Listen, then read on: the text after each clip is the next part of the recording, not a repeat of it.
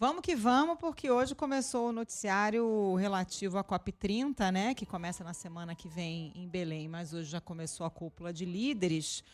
Teve discurso do presidente Lula, que apresentou esse projeto na criação de um novo fundo florestal, aprovado, apoiado por mais de 50 países, mas, por enquanto, dinheiro mesmo, só 4 anunciaram essa contribuição econômica. A gente vai a Belém com o Leandro Gouveia, que está acompanhando tudo por lá.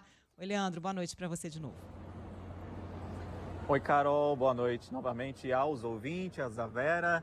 Olha, hoje eu aqui na cúpula de líderes em Belém, acompanhei há pouco uma coletiva de imprensa com o ministro da Fazenda, Fernando Haddad, que se mostrou muito animado com os anúncios dessa quinta-feira de países que vão fazer aportes naquele fundo para o financiamento de florestas tropicais, né? E aí, o TFFF, o famoso. A Noruega sozinha anunciou 3 bilhões de dólares que vão ser investidos em 10 anos. Também tivemos anúncio da Indonésia de 1 bilhão de dólares, é o mesmo valor que o Brasil já tinha anunciado.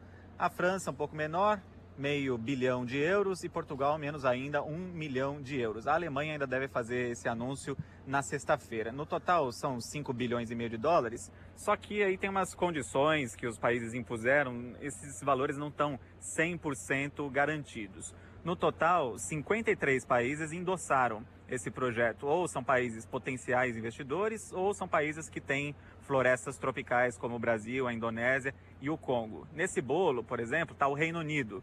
Só que o ministro Fernando Haddad disse que na reunião que Lula teve hoje com o primeiro-ministro Keir Starmer, com o príncipe William, eles até disseram que gostam do fundo, mas que vão só fazer propaganda para o setor público e para o privado lá no Reino Unido sobre essa proposta. Não anunciaram o investimento. O Haddad até foi questionado sobre o valor que a China também deve aportar, mas ele não quis antecipar nada. Alguns países podem fazer isso não na COP, mas nos próximos meses. De qualquer forma, ele ressaltou que esse valor de 5 bilhões é metade do que os 10 bilhões pretendidos pelo governo para esse ano de COP. O mundo não conhece o mecanismo. Nós fizemos algumas tratativas com alguns países, mas nós estamos falando de quase 200 países, né, no mundo, e nós falamos com uma dúzia de países até agora. Então é um trabalho de convencimento, explicando para as pessoas. Agora, evidentemente que o aporte inicial que está sendo feito é muito auspicioso.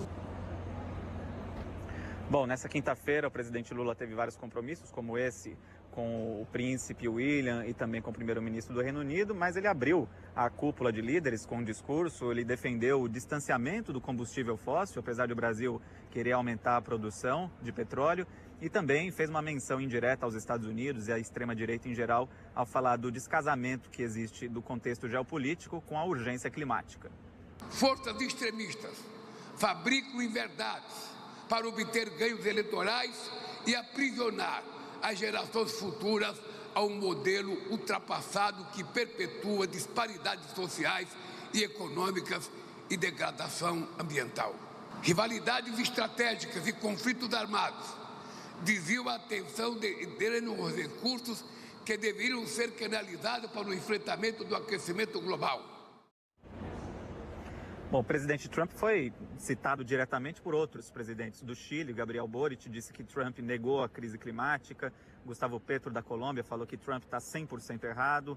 E amanhã Lula vai interromper a agenda em Belém para viajar para a Colômbia para participar da cúpula da CELAC, que é a Comunidade de Estados Latino-Americanos e Caribenhos, justamente um dos motivos para manifestar solidariedade à Venezuela diante da ofensiva dos Estados Unidos no Caribe e também no Pacífico. Valeu, Leandro. Obrigada pelas informações.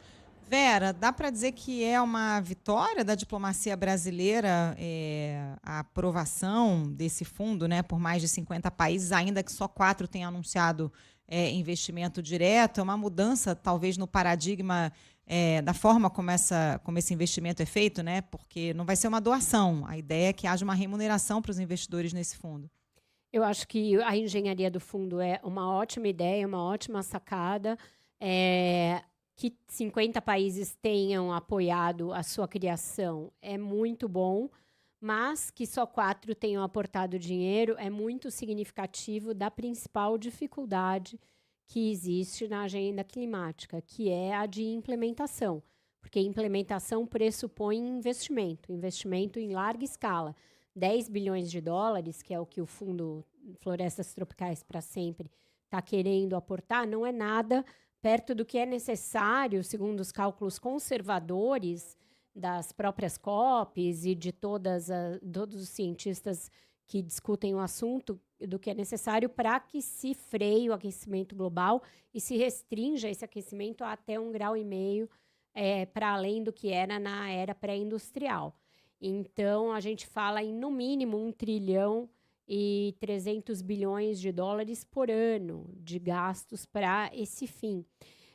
E a gente está muito longe de alcançar isso. Então, essa simples constatação de que 50 endossam na hora do papel e só 4 põem a mão no bolso é muito emblemática, e ali é uma espécie de metáfora para todo o resto, para toda a dificuldade que existe em implementar a agenda ambiental. Então, sim, a engenharia é boa, ela é inteligente, ela vem num bom momento, ela ataca uma das coisas principais ali da agência climática, que é manter as florestas em pé, porque elas são muito importantes para essa ideia de resfriamento, né, de manter a temperatura do planeta. Elas são vitais, essenciais. Não adianta fazer todas as outras lições de casa e continuar desflorestando, mas é preciso que mais gente ponha a mão no bolso.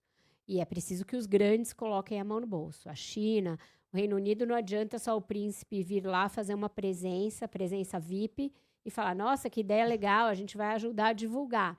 E não botar 1 centavo da rainha, né, no rachuncho. Não adianta isso. A gente vai ajudar a divulgar, é muito bom, né? Então, Ele falou que é visionário, legal. Dá uma força, né? Dá uma força. A gente vai dar Vou dar um RT. Vou dar um RT, vou postar lá no meu Insta. Isso aí não adianta, príncipe, né?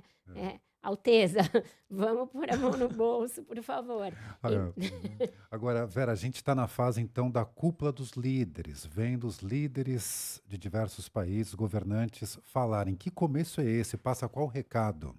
Também é uma inovação, né, da COP brasileira. A gente tem essa divisão em 2 momentos. Ela começa oficialmente no dia 10, mas tem essa espécie de pré-COP, com os líderes, e isso ajuda a realmente ir aquecendo. Eu sei que o objetivo das COPs é o contrário, mas ajuda a ir aquecendo para o evento, a encontrar o tom, a encontrar os consensos possíveis.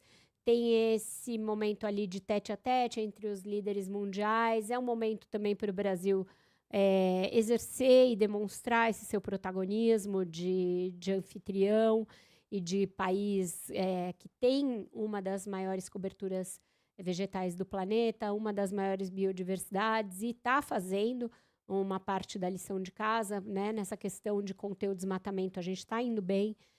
A gente realmente ajudou a diminuir as emissões. O Brasil foi um dos países que foram bem nesse aspecto, mas a gente ainda tem outros flancos, a gente ainda tem outras lacunas.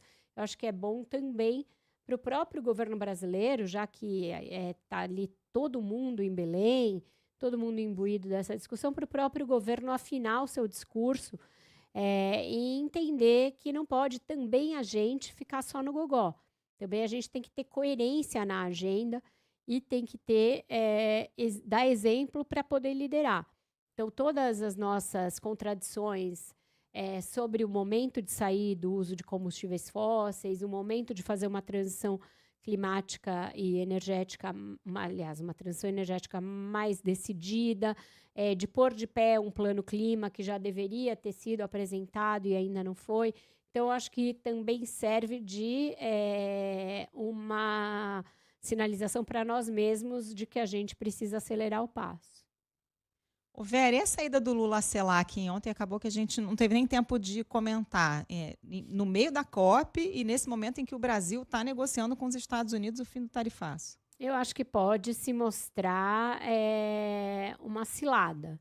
Pode se mostrar uma cilada por isso, porque vai atravessar o samba de uma outra negociação que já é muito complexa. A gente sabe todas as complexidades envolvidas. Nunca aqui neste programa a gente comprou pelo valor de face de que agora vai e de que agora está tudo decidido, porque a gente sabe o quanto negociar com o Donald Trump é difícil, quanto ele é volúvel, instável e que pode inventar uma coisa do dia para a noite. Ontem, por exemplo, teve uma carta, suposta carta dele ao governador Cláudio Castro, endossando a operação no Rio de Janeiro, algo que é absolutamente ali alheio à negociação que está em curso, mas que mostra que os Estados Unidos estão com os olhos postos na segurança pública e no combate ao narcotráfico no continente.